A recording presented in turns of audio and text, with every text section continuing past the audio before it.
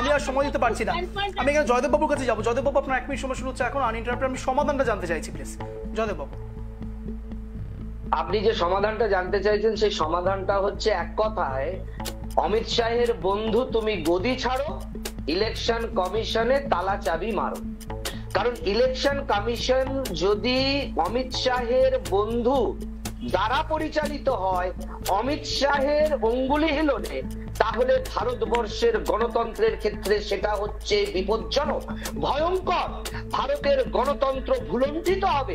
ভারতের গণতন্ত্রকে তার স্বমহিমায় পুরো আসনে প্রতিষ্ঠা করার জন্য সিংহাসনে অমিত শাহের বন্ধু তুমি গদি ছাড়ো, ইলেকশন কমিশনে তালা চাবি মারো এবং সমস্ত দলকে সঙ্গে নিয়ে, সমস্ত মানুষের রায় নিয়ে তবে তুমি কোনো সিদ্ধান্ত নাও।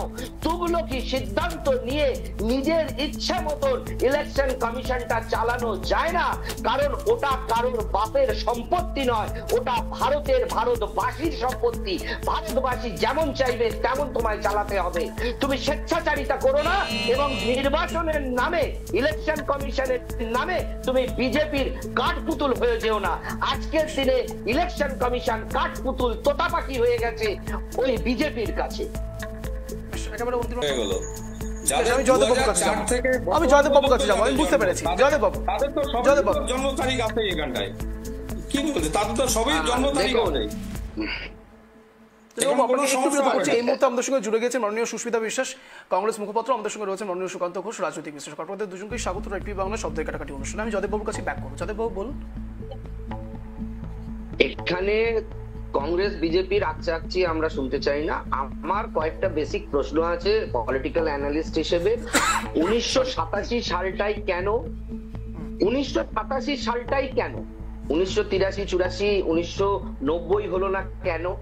বা 1980 হলো না কেন? 1987 হলো কেন? আবার 2004 বা হলো কেন? 2005, 10, 15, 20 হলো না কেন? এটার পরিষ্কার জবাব ইলেকশন কমিশনকে দিতে হবে।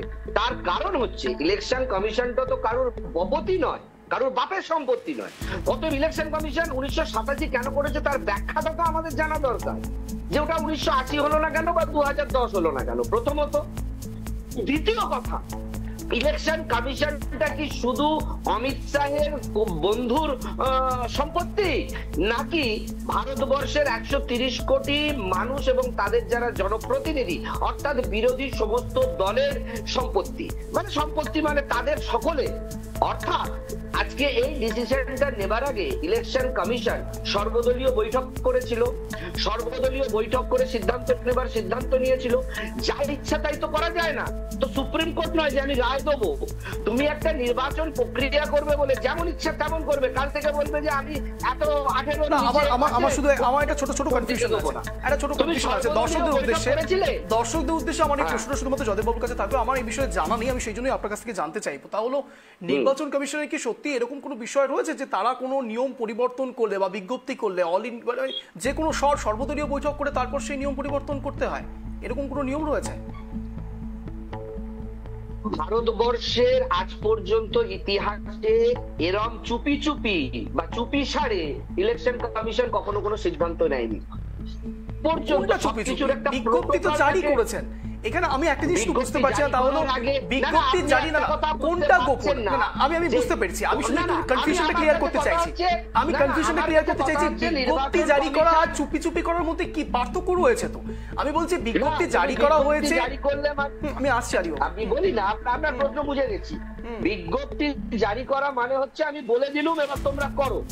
আবার যেই বাঁধ খেয়েছে পিছনে হটেছে বিহারে, এখন বলছে কিচ্ছু করতে হবে না, তাড়াতাড়ি ফর্ম জমা করে দাও। কিচ্ছু লাগবে না, একটা ডকুমেন্ট লাগবে না, even ছবিও লাগবে না। তাহলে পার্টিটা খেলো কেন? আমি আপনাকে প্রমাণ করে দেবো পার্টি খেয়েছে নির্বাচন কমিশন বিহারে। যে কিচ্ছু লাগবে না, 11টার একটাও ডকুমেন্ট লাগবে না, আমাদের শুধু ফর্মটা জমা করে দাও, ছবি পর্যন্ত লাগবে না, আমরা ভোটার লিস্ট আপলোড করে দেবো। তাহলে পার্টি খেলো কেন? বিজ্ঞপ্তি যখন জারি করবো এই উত্তরটা আমাকে নিতে হবে। আলিবাবু থেকে আমাকে এই উত্তরটা নিতে হবে। আলিবাবু জানে না কি তোর? না, উনি জয়দেব করেছি জয়দেব বাবু এক এক করে জয়দেব বাবু সালের পরে বুঝতে পেরেছি প্রশ্ন উত্তর পর্ব চলতে থাকবে জয়দেব বাবু যেখানে আপনি জয়দেব বাবু সার্টিফিকেট দেখাতে পারবেন হ্যাঁ না করা উচিত। আপনি পিছিয়ে যাবেন, এটা হয়। প্লিজ এক এক করে জয়দেব বাবু একটা কথা বলি, সুস্মিতা দি আবারও আসবো। হ্যাঁ বলুন জয়দেব বাবু বলুন। ব্যাপারটা হচ্ছে এখানে বিজেপি, তৃণমূল, কংগ্রেস কি বললো দরকার নেই।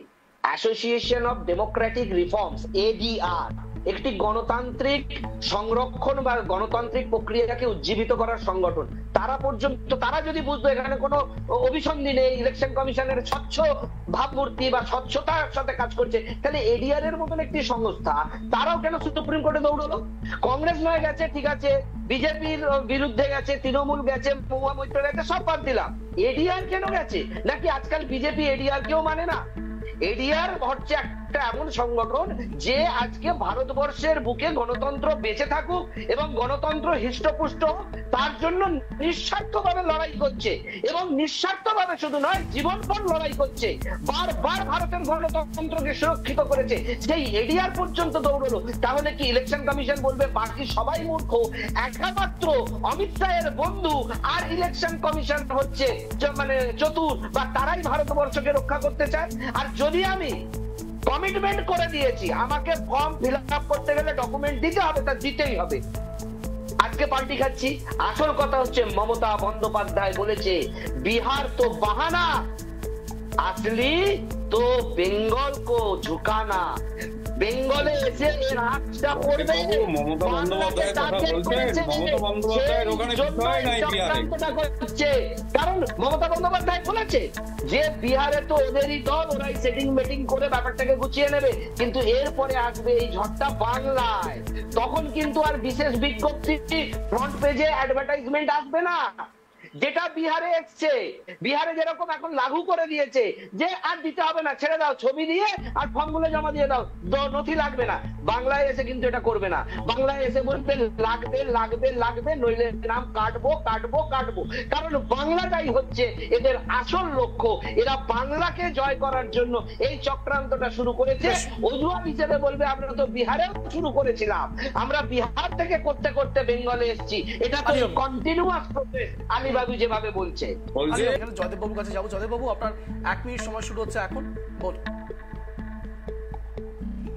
আপনাদের জানাই নির্বাচন কমিশন পিছু হটেছে।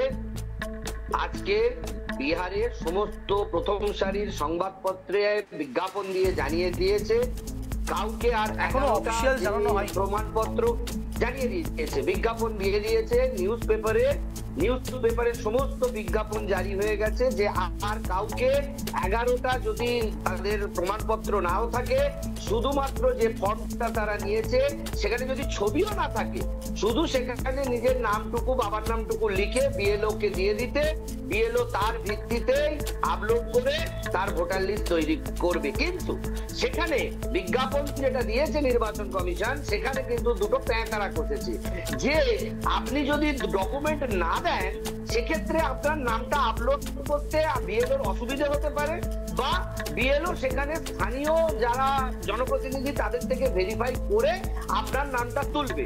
তার মানে এক ঢিলে দুই পাখি।